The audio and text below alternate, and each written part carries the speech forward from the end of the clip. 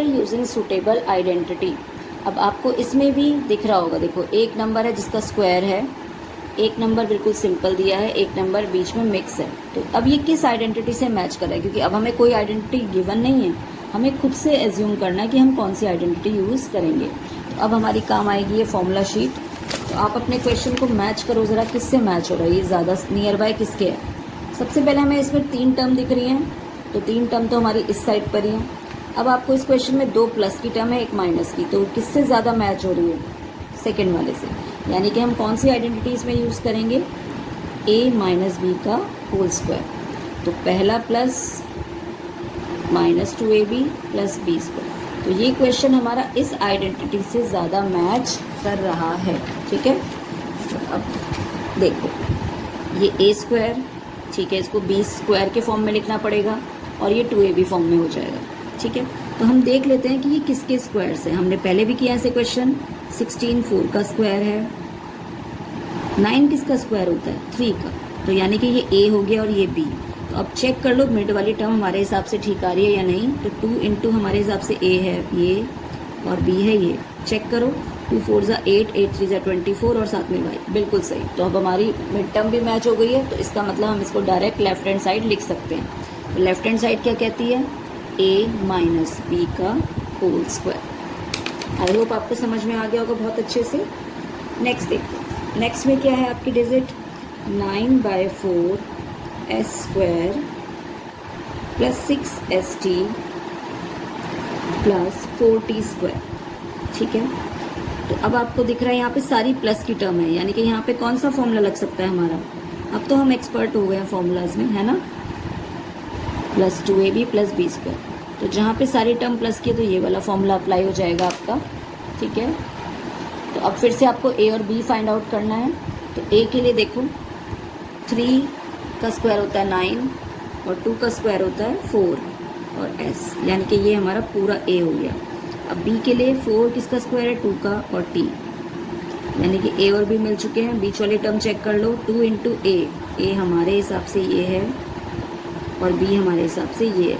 तो अब देखो 2 से 2 कट हो जाएगा, 3 2 ज़ा 6st रिमेनिंग है, ठीक है, बिल्कुल सही है। तो ये मेरा a प्लस b का होल स्क्वायर। तो पहले क्वेश्चन को देख लो, m square upon 9 mk upon 3 plus k square upon 4 plus 3nk। जब तक मैं ये क्वेश्चन नोट डाउन कर रही हूँ, आप चेक करो अपनी फॉर्मूला शीट और देखो किस फॉर्मूला से ये आपका क्वेश्चन मैच करता हुआ आपको दिख रहा है। तो अगर हम अपनी फॉर्मूला शीट को देखेंगे तो देखो अब इसमें टर्म कितनी है, 1 2 3 4 5 6 टर्म। अब 6 टर्म हमारी किस फॉर्मूले में दिख रही है आपको, देखो 1 2 3 4 5 6, इस फॉर्मूले में हमें दिख रही है 6 टर्म, सिर्फ सेकेंड थर्ड वाले फॉर्मूले में, है ना।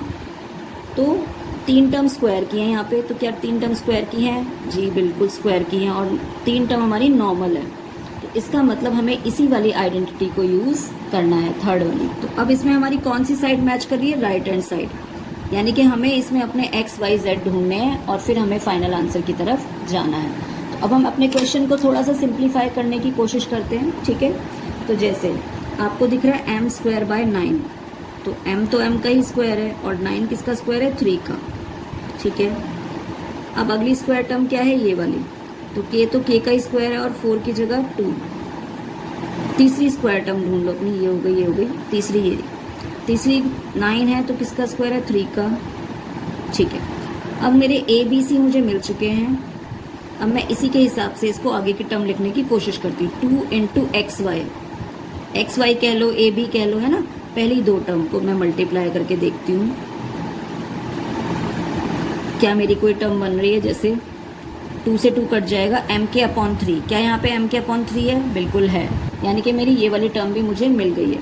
अब अगला क्वेश्चन मेरा क्या कहता है, 2 इंटू जो बाद की 2 टर्म है, बाद की 2 टर्म मेरी हो गई इस तरह से।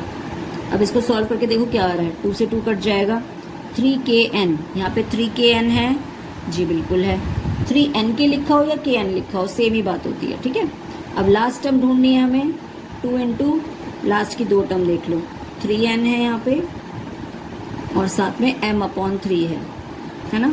तो 3 से 3 कट जाएगा तो बचेगा हमारे पास 2mm। तो हमें अपनी सारी टर्म बहुत आसानी से मिल गई हैं। इसका मतलब हमारा इस क्वेश्चन में ये आइडेंटिटी सक्सेसफुली वर्क कर रही है।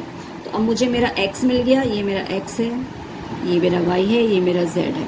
राइट हैंड साइड हमारी पूरी मैच हो गई है इससे। तो अब हमें क्या लिखना है फाइनल आंसर, जो किसके फॉर्म में होगा, लेफ्ट हैंड साइड के फॉर्म में। तो x की जगह आ जाएगा मेरा ये, y की जगह मेरा ये, और z की जगह मेरा ये।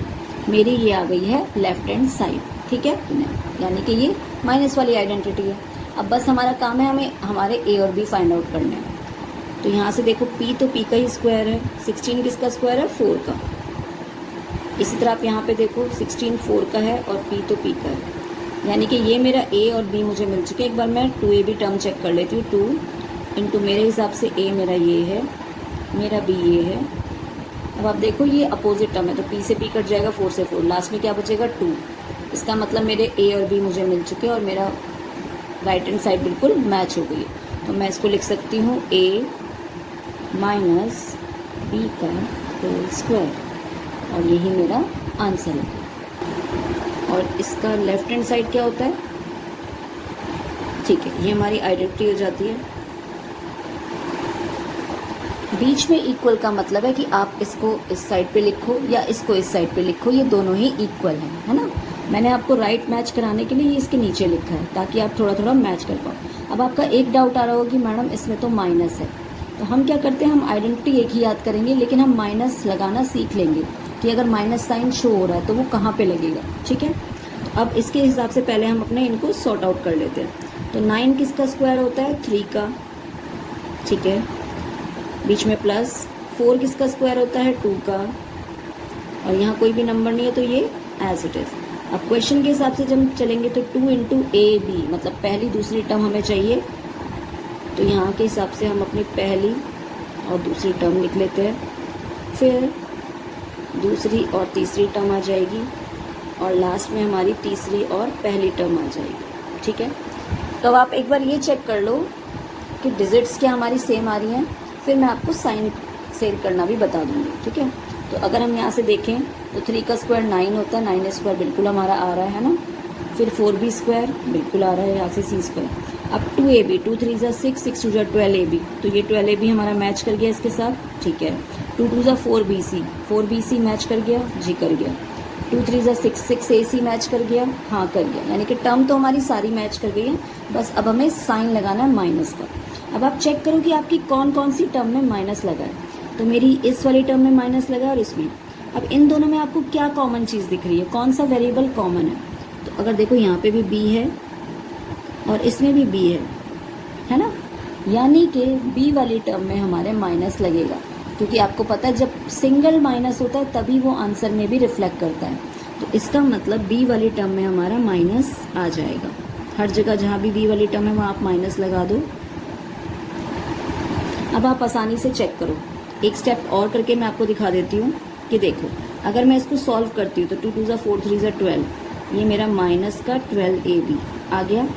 यहाँ पे देखो 2 2 ज़ा 4bc और प्लस माइनस माइनस, यहाँ पे 2 3 ज़ा 6ac, ac लिखो या ca लिखो एक ही बात है, और साथ में ये मेरा a स्क्वायर, ठीक है। अब आपकी टर्म्स बिल्कुल मैच कर गई हैं, है ना। ये स्टेप हमने एक एक्स्ट्रा किया है ताकि आपको क्लैरिटी हो जाए। अब आपका लेफ्ट हैंड साइड क्या कहती है कि अगर आपके ए बी सी मिल चुके हैं, तीनों टर्म मिल गई है, तो उनको एक साथ लिख दीजिए। तो 3a, सेकेंड टर्म हमारी है -2b और थर्ड टर्म हमारी है c।